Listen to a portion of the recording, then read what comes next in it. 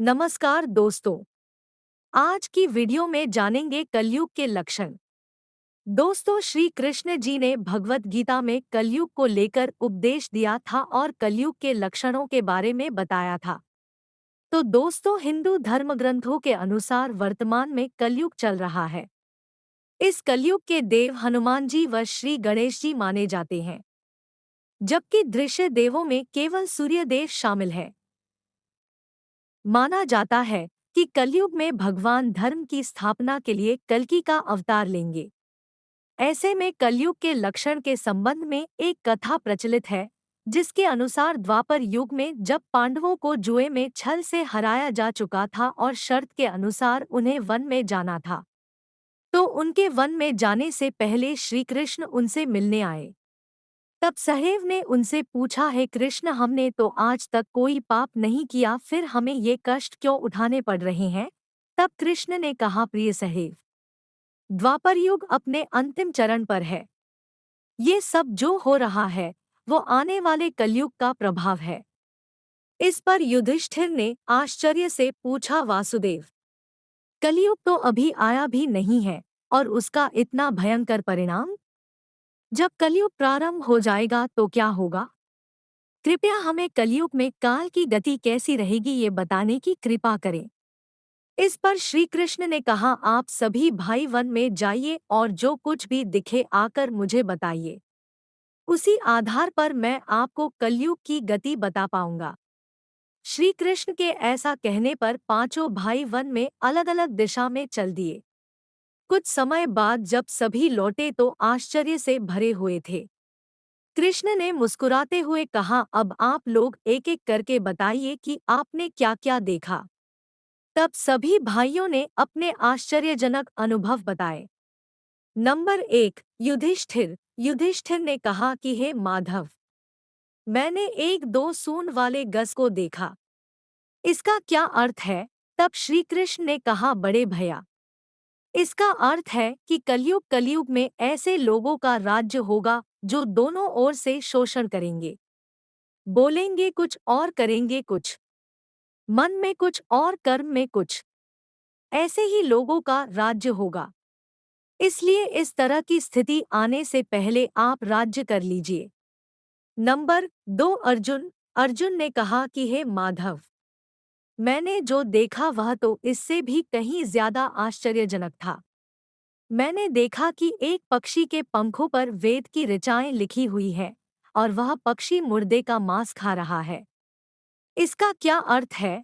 तब श्री कृष्ण ने मुस्कुराते हुए कहा, पार्थ, कलयुग में ऐसे लोग रहेंगे जो बड़े ज्ञानी और ध्यानी कहलाएंगे।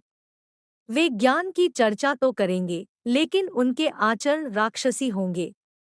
बड़े पंडित और विद्वान कहलाएंगे, किंतु वे यही देखते रहेंगे कि कौन सा मनुष्य मरे और हमारे नाम से संपत्ति कर जाए।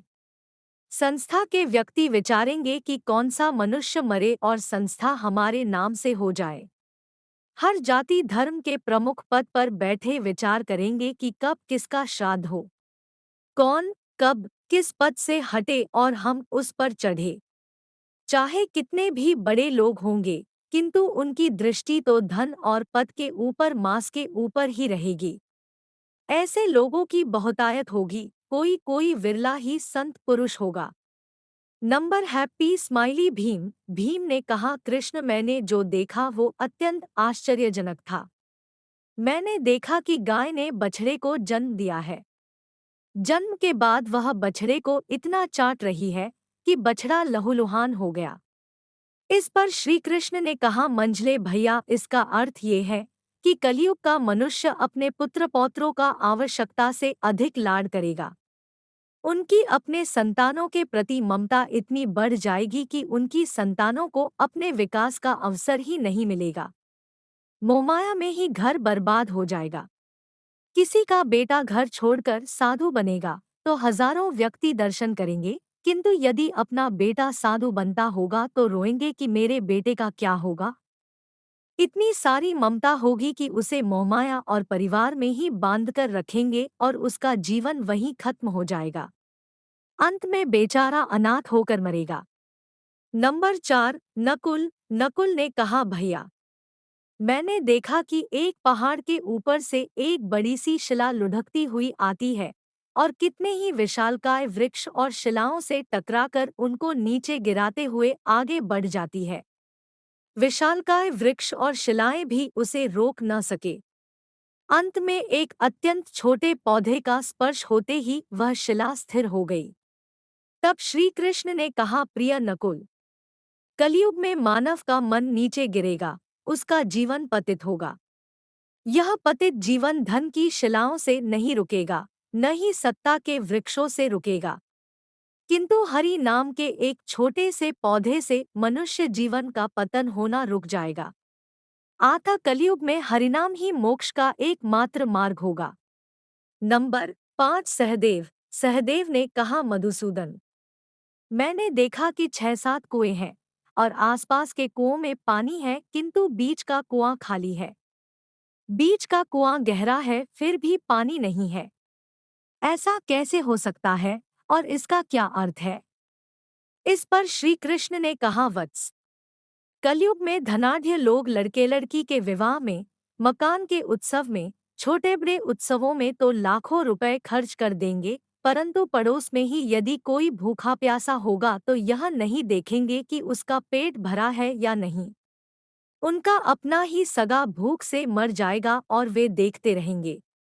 दूसरी ओर मौज, मदिरा, मांसभक्षण, सुंदरता और व्यसन में पैसे उड़ा देंगे, किंतु किसी के 2 आंसू पोंछने में उनकी रुचि न होगी। कहने का तात्पर्य यह कि कलयुग में अन्न के भंडार होंगे, लेकिन लोग भूख से मरेंगे। सामने महलों, बंगलों में ऐशोआराम चल रहे होंगे, लेकिन पास की झोपड़ी में आदमी भूख से मर जाएगा। एक ही जगह पर असमानता अपने चरम पर होगी। दोस्तों, इस प्रकार ये कलयुग के लक्षण श्री कृष्ण जी ने बताए, जो आज के युग में सटीक बैठते हैं। दोस्तों, आशा करते हैं कि वीडियो की जानकारी अच्छी लगी होगी। अगर वीडियो अच्छी लगे तो लाइक करें, शेयर करें और चैनल को सब्सक्राइब करें। धन्यवाद।